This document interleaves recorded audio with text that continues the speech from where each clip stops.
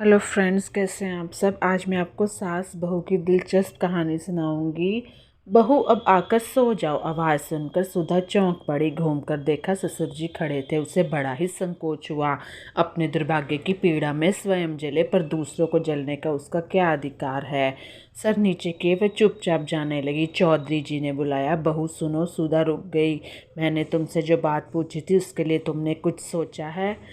तो पिताजी, नहीं नहीं, सुधा बोलती है, मुझसे ऐसा नहीं होगा, नहीं होगा। चिल्लाती हुई वह पागल की तरह अपने कमरे में चली गई और बिस्तरे पर पकड़कर सिसक सिसक कर रोने लगी। पिता की इकलौती बेटी थी सुधा। बचपन से ही लाड प्यार से बड़ी हुई। दुख का नाम तो उसने कभी सुना ही नहीं था। गुलाब सी कोमल, चंपा सी सुंदर मुख पर अल्हड़पन की छाप। छोटी उम्र में ही शादी की पिता ने। लड़का योग्य था, पर चांद में भी काली रेखाएं मौजूद ही होती है। देखो, पेरेंट्स तो हमारा शादी कर सकते, हमारे कर्म नहीं लिख सकते, है ना। सब गुणों के होते हुए भी एक बात जो अखरने वाली थी वह फौज में काम करता था। रिश्तेदारों ने आपत्ति की। माँ ने भी घोर विरोध किया। बोली, बेटी की इच्छा पूर्ण करने के नाम पर आप उसका सुख लूटना चाहते हैं, सुहाग लूटना चाहते हैं। पर बेटी की इच्छा के सामने आखिर माता पिता दोनों को झुकना पड़ा। अनिल से सुधा की शादी हो गई। बड़ी धूमधाम से शादी हुई। सभी ने बधाइयाँ दी। मंगल कामनाओं की वर्षा, आनंद लहरों की पूर्व छटा। सभी सुधा के भाग्य की सराहना करने लगे। सहेलियों ने कहा, अगले साल तेरे मुन्ने के लिए झूला लेकर आऊँगी। उसके गुलाबी गाल शर्म से लाल हो गए थे। उसने कहा, धत, छुटपन से ही सुधा को रानी पद्मिनी, दुर्गावती, लक्ष्मीबाई आदि वीरांगना की कहानियाँ बड़ी अच्छी लगती थी। Friends, subscribe my channel Twinkle Buddhraja, ताकि मैं आपके लिए अच्छी अच्छी वीडियोज़ लाती रहूँ। और जो आपको पसंद है वो भी आप मुझे कमेंट बॉक्स में बता दिए मैं किस टॉपिक पे वीडियो लाऊं। सोचती थी कितनी अच्छी थी वह वीरांगना। देश की आन पर स्वयं पर मिटी। स्वयं उसने बंदूक चलाना, घोड़े पर चढ़ना, कार चलाना, साइकिल चलाना, तैरना आदि सीखा। माता पिता की अत्यंत प्यारी होने के कारण उसकी हर इच्छा की पूर्ति तत्क्षण हो जाती थी। सुधा की जब वह बहुत छोटी सी थी तभी से कहती थी, बाबू मेरी शादी ऐसे दूल्हे से कराना जो साहब लगता हो। जैसे लड़कियां कहती है कि मुझे ऐसा हस्बैंड मिले, मुझे वैसा हस्बैंड मिले, तो सुधा की भी अपनी मन की इच्छा होती है। हर एक लड़की का एक सपना ही होता है। और जो हवाई जहाज में बैठकर सुधा कहती थी, मुझे आसमान में घुमाए और बंदूक चलाकर शेर भालुओं को मारे।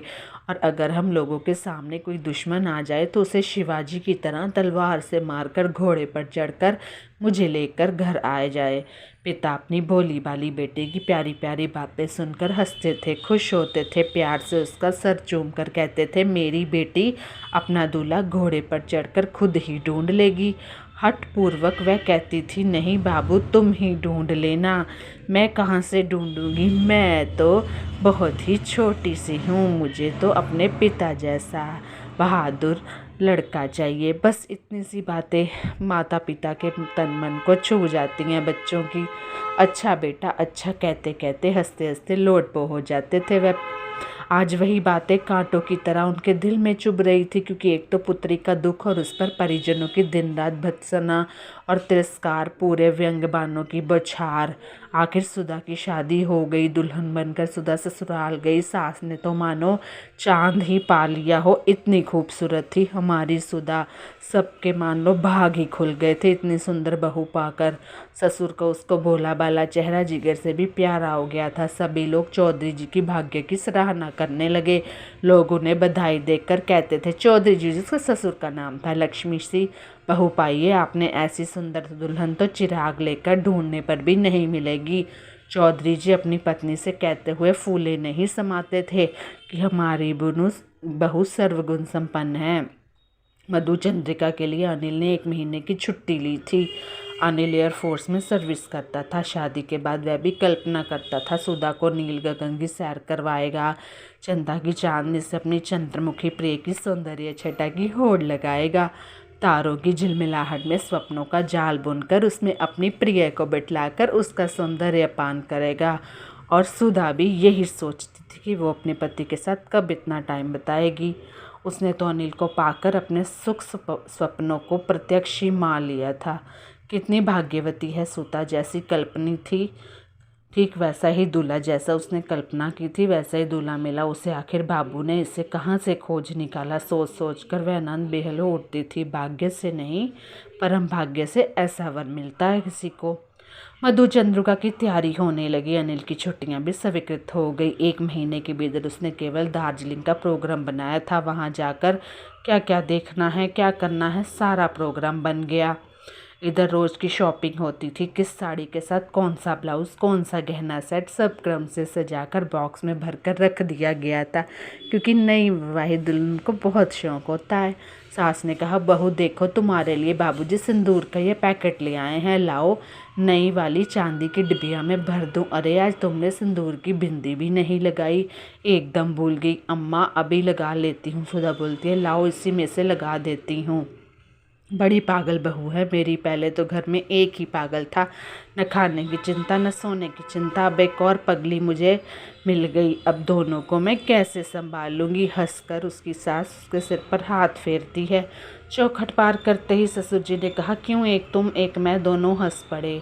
देखो तो बिंदी लगाने के बाद मुंह कितना खिल गया। देखो बहू, बक्से के इस किनारे पर डिबिया रख रही हूँ। हाँ सुनो एक बात, ये 400 रुपये चुपके से अनिल को बिना बताए बक्से के नीचे रख लेना। वह बड़ा पागल है, अगर अपने सारे रुपए खर्च कर डाले तो ये रुपए निकालना। और सुनो, अगर किसी तरह सारे रुपए खो जाएं, बक्सा ही गायब हो जाए तो रत्ती भर मत घबराना, तुरंत ही टेलीग्राम कर देना।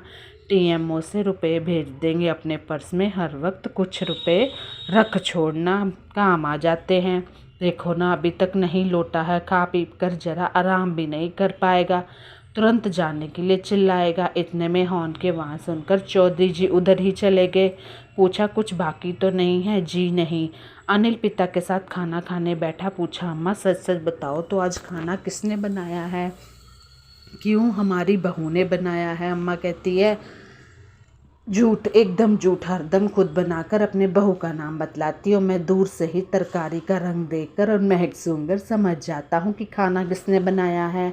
रहने दो, तूने समझ क्या रखा है हमारी बहू को, लाखों में एक है हमारी बहू। उसी समय दरवाजे पर जोर से नॉक हुआ। सबका ध्यान उधर ही चला गया।